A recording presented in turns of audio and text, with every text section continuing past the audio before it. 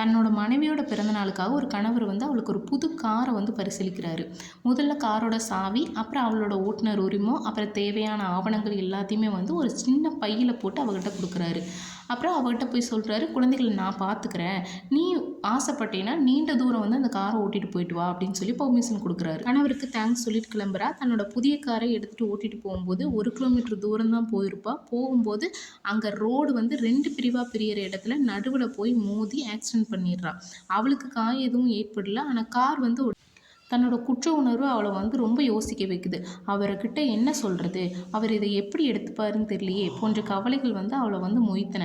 விபத்து பகுதிக்கு காவல்துறை வந்து விரைந்து வந்திருக்காங்க. காவலர் வந்து உங்களோட ஓட்டுநர் உரிமத்தை கொடுங்க அப்படின்னு சொல்லி கேட்கும்போது கை நடுக்கத்தோட தன்னோட கணவர் கொடுத்த சின்ன பையை எடுத்து திறந்து பார்க்குறா.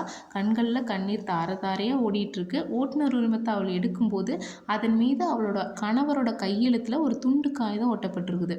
அதில் வந்து என்ன எழுதியிருக்குன்னா, என் அன்பு மனைவியே, ஒருவேளை நீ ஏதாவது விபத்தில் சிக்கிக்கொள்ள நேர்ந்தால் இதை நினைவில் வைத்துக்கொள். நான் நேசிப்பது உன்னைத்தான், காரை அல்ல. அன்புடன் உன் கணவர் அப்படின்னு எழுதியிருந்துச்சான்.